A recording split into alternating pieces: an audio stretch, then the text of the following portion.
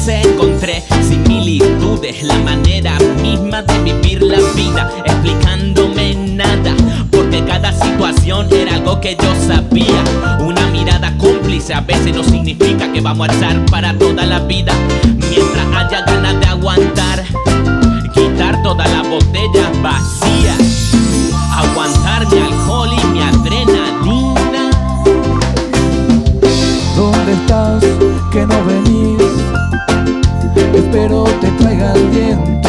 ¿Dónde estás? ¿Querés huir a un lugar casi desierto, donde nadie nos moleste, pero hay alguien quien nos venda florecitas para soñar y alcohol para la fiesta?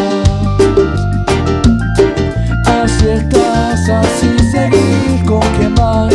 ¿Con quién venís?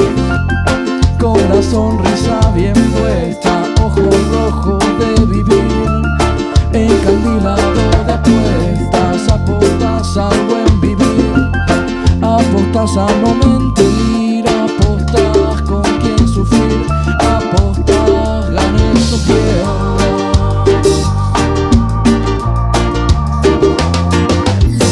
Encarando una nueva manera de vivir, me encontré con la mejor versión de mi persona. Si es verdad, hasta yo mismo me sorprendí cuando miré al espejo y me reconocí. Las muletas que nos ponemos se guardan en el armario cuando no queremos compartir el mismo humo, reírse a dúo, lo que quita flote, las pocas ganas de empeñar todos mis lotes. Cuando sentí que está arriba y ve tan lejos el fondo, cuando creí que a esto se refería la gente al decir puta mierda, qué linda vida. Hay que tener cuidado que la caída libre nos puede romper todas las piernas y volvemos a las muletas. Y de eso nadie se salva. Es mucho más honesto terminar todo golpeado que ser un puto maricón que no demuestra sentimiento, pero llora al vernos sonriendo con el pelo al viento. ¿Dónde estás? Que no venís.